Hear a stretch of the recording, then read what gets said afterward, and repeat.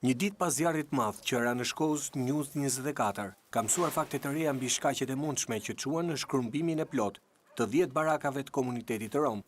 Vetë banorët të Rom tregojnë për shkëndijat elektrike që kishin ditë që përsëriteshin në transformatorin që ndodhej mbi barakat e tyre, ku ata vetë pranojnë se kishin lidhur disa linja prej nga ku merrnin energjinë elektrike, pa patur një sahat dhe në mungesë totale të sigurisë teknike. Pa aty me shimkojnë, boni mas atje lartë edhe u shkrep. Ka nardh njerëz që merrin vesh nga korrenti dhe ne ka lidh kablat, ne ka lidh korrentin, po pa sigures, pa automat. Po. Pra ju jeni të bindur që zjarri ka ardhur nga lidhjet atje? Po.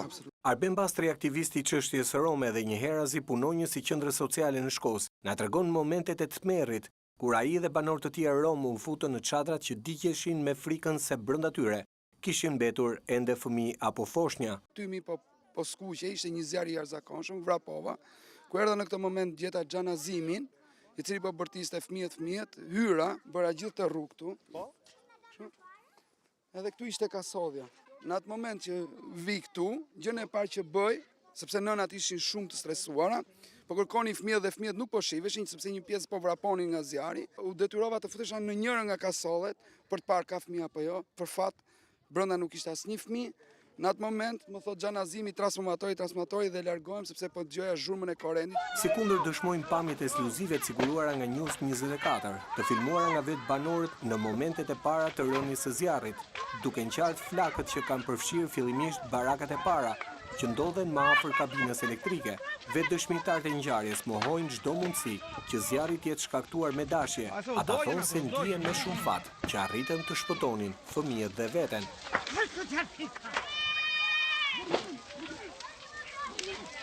Unë kam i foshnjë të vogël 4 muajshe. Situata ishte totalisht e beftë. Mënyra se si po kërkonin fëmijët, prindrit, nuk ishte gjë organizuar, sepse 3 fëmijë ishin tek nëna, 2 tjerë nuk dieshin ku ishin, dhe kjo ka qenë ndërhyrja jonë, të shpëtojmë fëmijët.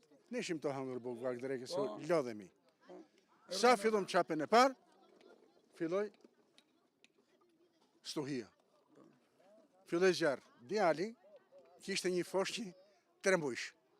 U fut në flak, kërkon të vajzën, dhe shudoj vetë, e kishte marrë një komshi, në flak e kishte nxjerrë. 25 vjetë që kena punu në treg, u shkëmun. Ku e kaluat natën, bro? Ja ku është gjatë. Ja ku është plasmas. Banorët të Rom të Shkozës janë vizituar gjatë paradites dhe nga avokati i popullit Igli Totuzani dhe përfaqësues ligjor të këtij institucioni. Ne kemi biseduar me punonjësit e bashkisë, në bazë të cilit do të ketë disa ndërtime provizore, kuptohet që do të jenë gjithmonë në kushtet e emergjencës. Mbetet problemi i zgjidhjes afatgjatë për qytetarët e Rom, duhet të jetë një zgjidhje që është në respekt të dinjitetit njerëzor, si për gjithë qytetarët e tjerë të Republikës Shqipërisë. Avokati i popullit bëri thirrje për hetim të plotë të çështjes, si dhe kërkoi që zërat që qarkullojnë për zjarrvënie të qëllimshme të kanalizohen në prokurori. Çdo njeri që ka dieni të drejtohet pranë organeve kompetente, zërat si individ po dhe si zyrtar shtetëror nuk i dëgjoj.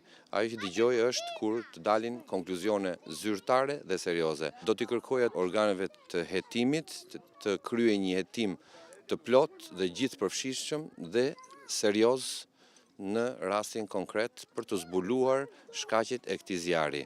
Më herët pranë komunitetit të Rom në Shkozë kanë qenë dhe drejtues të drejtorisë së strehimit dhe menaxhimit të emergjencave civile në Bashkinë e Tiranës. Ata kanë biseduar me familjet e dëmtuara për të gjetur një zgjidhje emergjente dhe afatgjatë të problemit të strehimit, por zjarri që përsëritet në harkun kohor të 3 viteve në komunitetin Rom të Shkozës ka bërë që banorët e tij të mos kenë më besim nga premtimet e pushtetit vendor. Drejtori më dha këtë premtim. Ketha një variant tufin, edhe një variant këtu ke pallatet me çadra.